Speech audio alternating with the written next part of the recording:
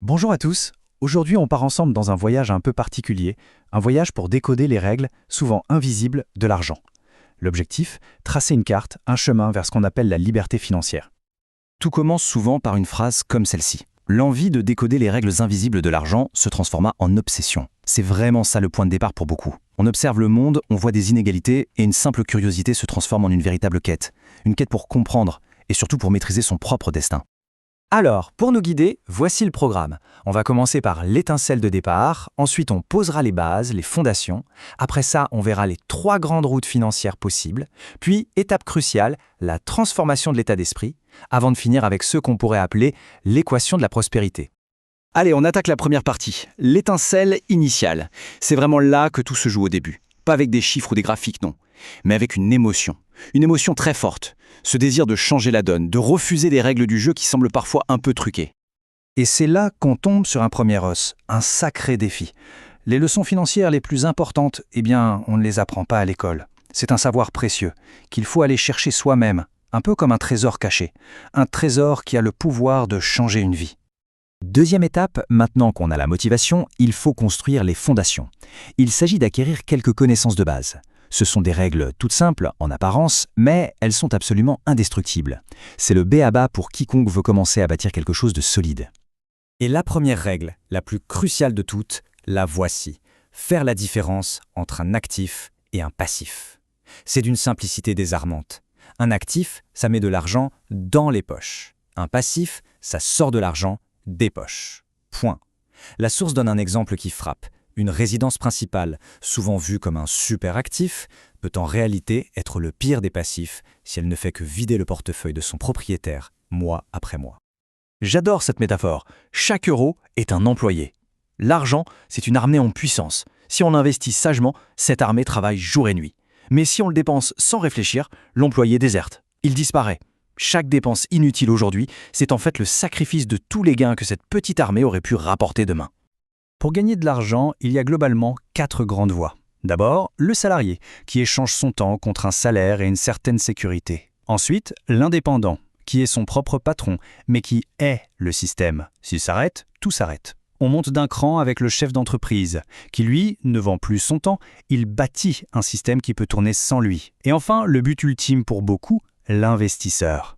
Là, c'est l'argent qui travaille directement. Chaque case représente un choix, un équilibre différent entre le temps, la sécurité et le potentiel de liberté. Ces fondations reposent sur 4 piliers immuables. D'abord, se payer en premier. L'épargne n'est pas ce qui reste à la fin, c'est la première des dépenses. Deuxièmement, toujours faire fructifier son capital. Troisièmement, protéger son argent des illusions, des promesses qui brillent trop. Et enfin, le plus dur peut-être, accepter que la richesse, ça demande de la discipline. Ce n'est pas un coup de chance. Bon, une fois que les bases sont là, il faut une stratégie. Parce que savoir c'est bien, mais savoir quelle route prendre, c'est mieux. Justement, il existe 3 grandes routes financières.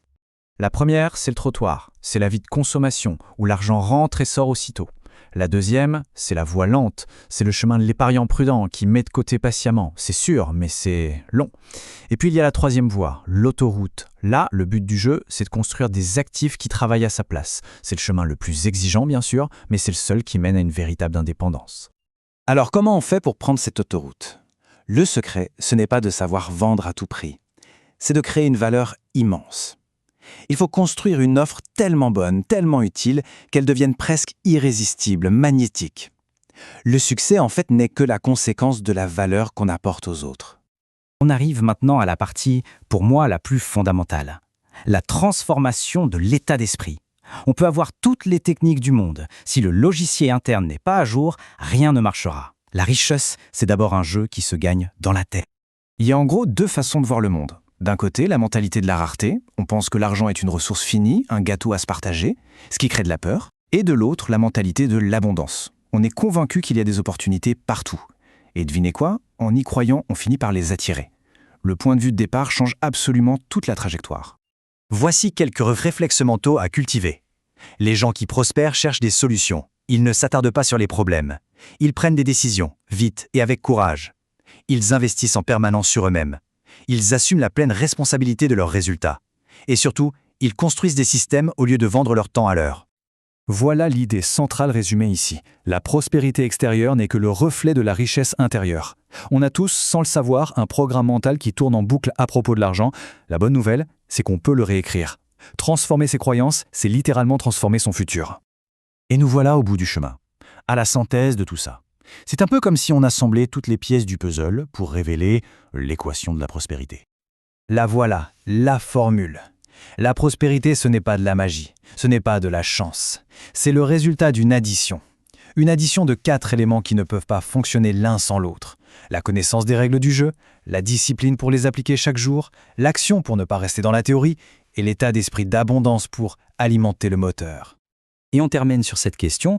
Si la richesse est avant tout un processus intérieur, un chantier personnel, alors la vraie question à se poser n'est pas tant comment, mais plutôt quelle vision, quel processus chacun va-t-il choisir de construire pour lui-même. Merci d'avoir suivi cette analyse.